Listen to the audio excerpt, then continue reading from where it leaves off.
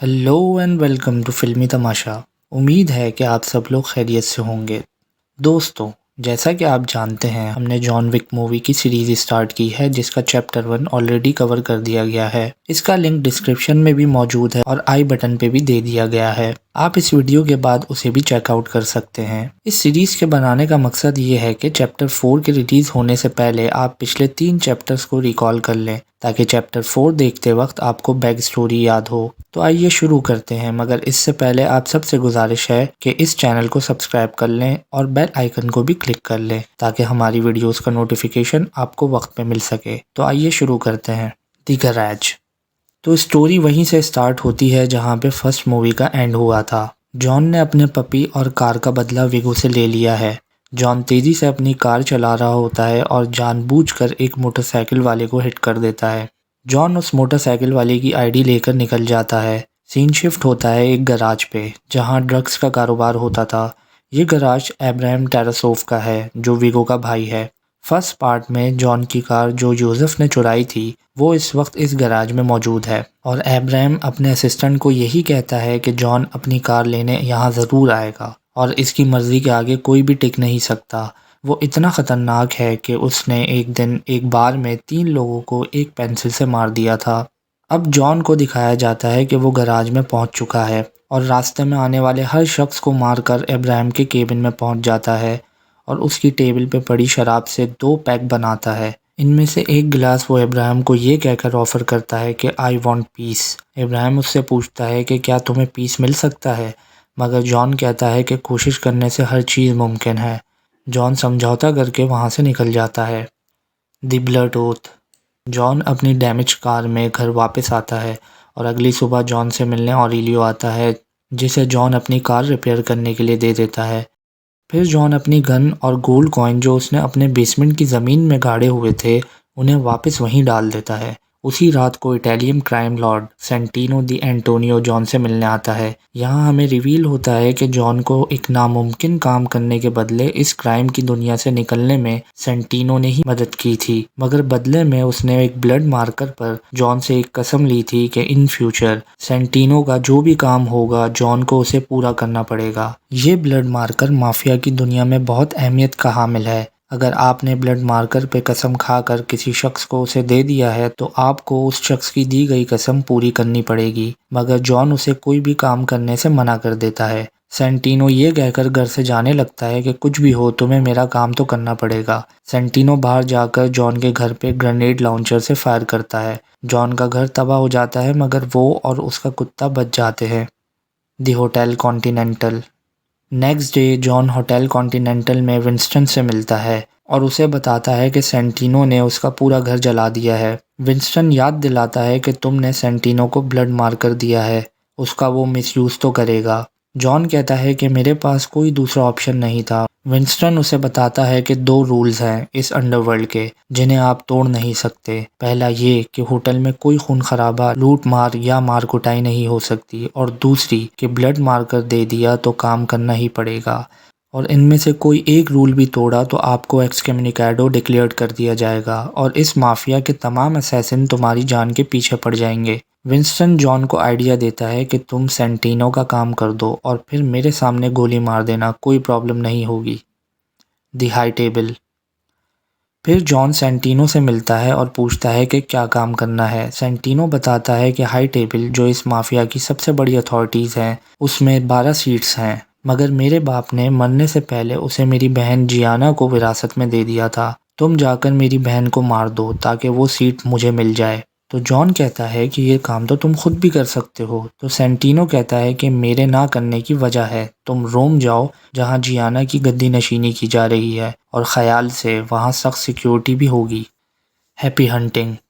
John रोम के लिए निकल जाता है। होटल कॉन्टिनेंटल हर बड़े शहर में मौजूद है तो जॉन यहाँ भी अपनी रिजर्वेशन कराता है और यहाँ के मालिक जूलियस जो जॉन का फ्रेंड भी है उससे मिलता है। फिर जॉन एक टेलर शॉप में जाता है, वहाँ से नया सूट बनवाता है। फिर आगे जाकर वो गन्स खरीदता है और फिर कुछ लोगों से मिलकर दी एंटोनियो स्टेट के ब्लूप्रिंट्स निकलवा कर एक प्लान बनाता है।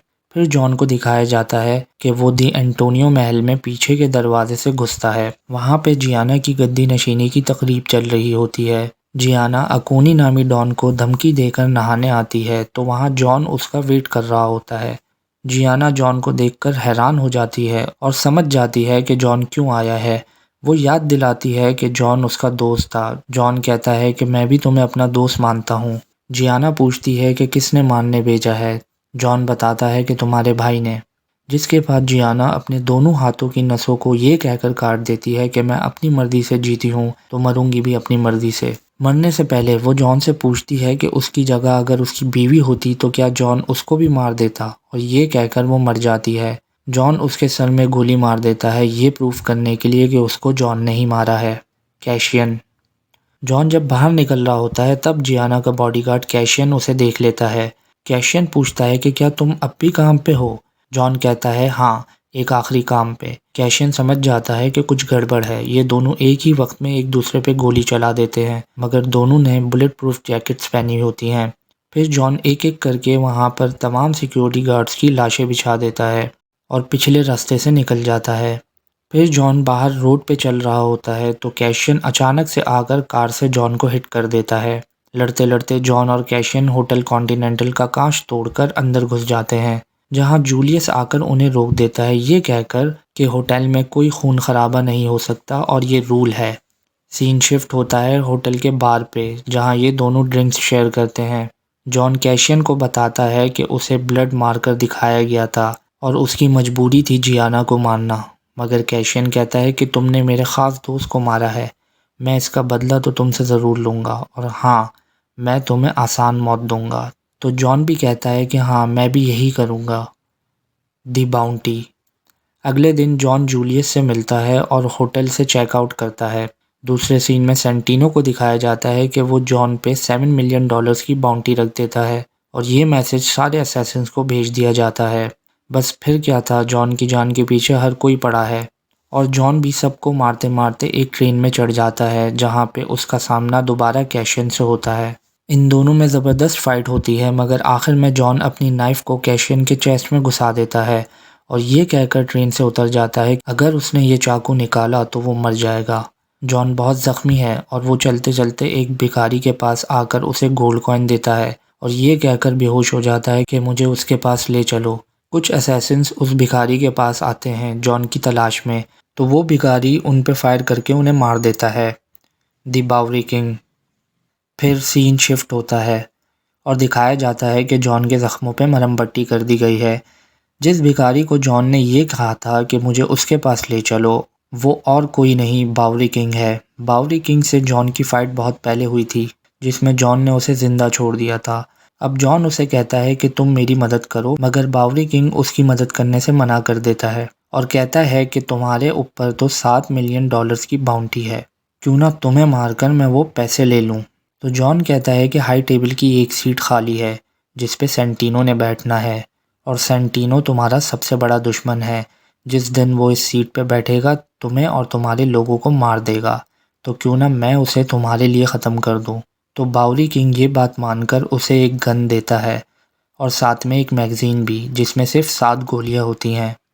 बावरी किंग कहता है कि हर एक गोली की कीमत $1 मिलियन है और वो जितनी भी गोलियां इस्तेमाल करेगा उसे उसकी कीमत अदा करनी होगी।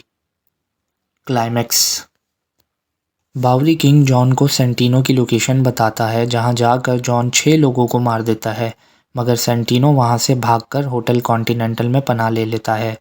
सेंटिनो विंस्टन से कहता है कि जॉन की मेंबरशिप कैंसिल कर दे, मगर विंस्टन मना कर देता है कि जॉन ने कोई भी ऐसा रूल नहीं तोड़ा जिस पे मैं उसकी मेंबरशिप कैंसिल कर दूं। उसी वक्त जॉन सेंटिनो का पीछा करते हुए वहां पहुंच जाता है। जॉन गुस्से में होता है। विंस्टन उसे याद दिलाता है कि वो होटल में सेंटिनो को नहीं मार सकता, मगर जॉन सेंटिनो को गोली मार देता है। फिर जॉन अपने तबाहाल घर में वापस आता है जहां पे होटल का रिसेप्शनिस्ट उससे मिलने आता है और बताता है कि विंस्टन ने उसे बुलाया है। जॉन अगले दिन विंस्टन से मिलता है जहां विंस्टन उसे बताता है कि तुमने 2 रूल्स में से एक रूल तोड़ दिया है और मैं मजबूर हूँ। मैं तुम्हें एक्सकम्युनिकाडो डिक्लेयर कर रहा हूँ, जिसके बाद हर कोई तुम्हें मारने आ जाएगा, मगर एक फेवर भी दे रहा हूँ। विंस्टन उसे 1 घंटे का टाइम देता है अपने आप को सेफ जगह पे पहुँचाने के लिए। फिर जॉन रिप्लाई देता है कि उन सब से ये भी कह देना जो भी उसके पीछे आएगा मारा जाएगा। ये कहकर वो अपने कुत्ते के साथ ज़ख्मी हालत में चलने लगता है और इस तरह सेकंड चैप्टर का भी एंड हो जाता है। तो दोस्तों, आप देख रहे थे जॉन विक चैप्टर 2 की हिंदी एक्सप्लेनेशन। अपनी राय हमें कमेंट सेक्शन में देकर ये ज़रूर बताइएगा कि आपको ये वीडियो कैसी लगी। दोस्तों, हमारे इस चैनल पे और भी बेहतरीन कंटेंट अवेलेबल है जो आपको मायूस नहीं करेगा और मुझे उम्मीद है कि आपको ये वीडियो भी ज़रूर पसंद आई होगी। तो अब तक के लिए बस इतना ही, फिर किसी वीडियो में आपसे मुलाकात होगी कुछ और बेहतरीन मूवीज़ के साथ। जाने से पहले आप सबसे गुजारिश है कि पूरी ईमानदारी के साथ हमारे इस चैनल को सब्सक्राइब कर लें और बेल आइकन को भी क्लिक कर दें और साथ साथ इस वीडियो को भी लाइक कर दें। अपना बहुत सा ख्याल रखिएगा और दुआओं में याद रखिएगा। अल्लाह हाफिज़। Caught in the crossfire.